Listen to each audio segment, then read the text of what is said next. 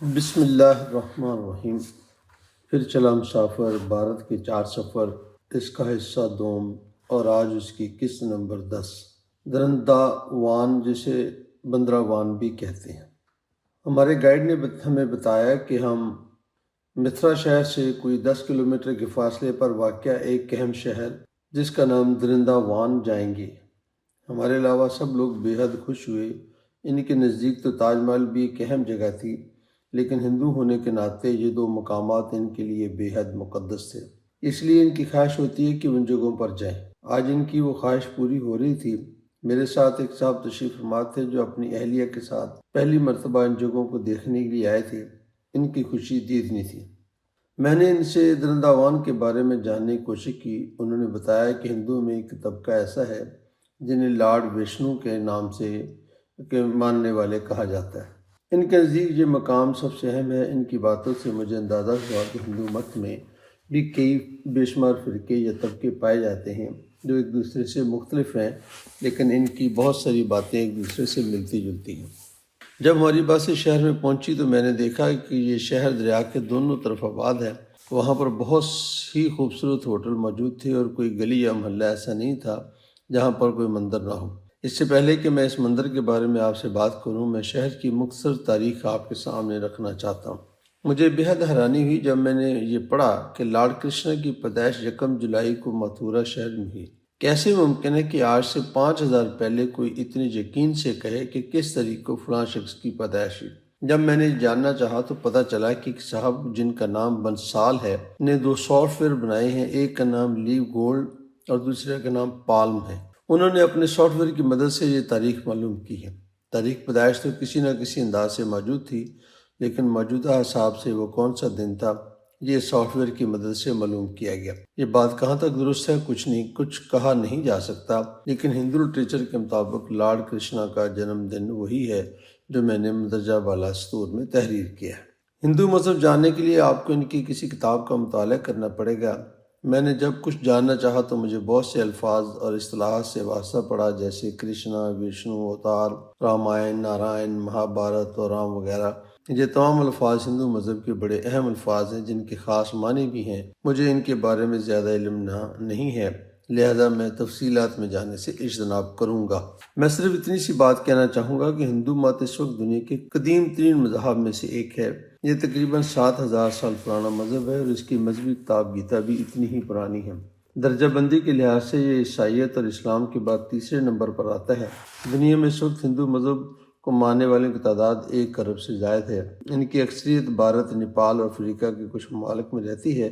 سندھ، پاکستان میں بھی ہندو بڑی تعداد میں رہائش پذیر ہیں۔ میں مذہب کے بارے میں بات کرنے میں بہت محتاط رہتا ہوں۔ میری لالمی کسی کی دل آزاری کا سبب نہ بنے، یہ میرے لیے بہت ہی تکلیف دہ بات ہوتی ہے۔ البتہ میں درندہ وان شہر کے بارے میں آپ سے چند باتیں ضرور کرنا چاہوں گا۔ جب ہم درندہ وان شہر میں داخل ہوئے تو میں نے اپنے گائیڈ سے پوچھا کہ شہر کی کیا اہمیت ہے۔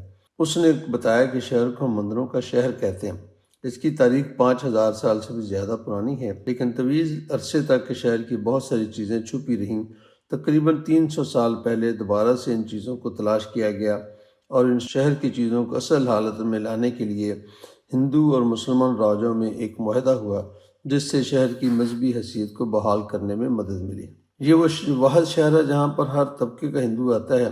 میں نے اس سے پوچھا کہ یہاں کا سب سے بڑا مندر کون سا ہے۔ اس نے بتایا کہ تقریباً 250 سال پہلے رنگا ناتھا نام کے ایک صاحب نے لارڈ وشنو اور لکشمی کے نام پر ایک مندر بنوایا جو سب سے بڑا تھا۔ ہمیں بھی اسی مندر میں لے جایا گیا۔ میں نے کہیں پڑھا تھا کہ 16ویں صدی میں ایک شخص والابھچاریہ تھا جسے والا بھا بھی کہتے ہیں۔ ہندو مت کا ایک بہت بڑا فلاسفر تھا۔ اس نے ننگے پاؤں بہت طویل سفر کیے اور 84 مختلف مقامات پر ہندو مذہب پر لیکچر دی ہے۔ میں نے اس کے بارے میں اپنے گائیڈ سے پوچھا تو اس نے مجھے بتایا کہ وہ تمام مقامات پر جہاں اس نے لیکچر دیے تھے وہ مقدس مقامات کا درجہ رکھتے ہیں۔ ان میں سے سب سے اہم جگہ یہ درندہ وان ہے۔ اس نے مجھے بتایا کہ یہاں پر بے شمار میلے لگتے ہیں جہاں لوگ پوری دنیا سے آتے ہیں۔ والابھچاریہ کے ماننے والوں کی بڑی تعداد ہے۔ ان کی تعلیمات کے بارے میں ایک کتاب جیتھا لال نے شری والابھچاریہ ہز فلاسفی اینڈ ریلیجن کے نام سے لکھی ہے، جس میں شہر کے بارے میں کئی مفید معلومات درج ہیں۔ میں اپنے دوستوں سے اجازت لے کر بازار میں گھومنے چلا گیا۔ بازاروں میں موجود دکانوں میں مجھے اندازہ ہوا کہ تمام تر دکانیں صرف ہندوؤں کی ہیں۔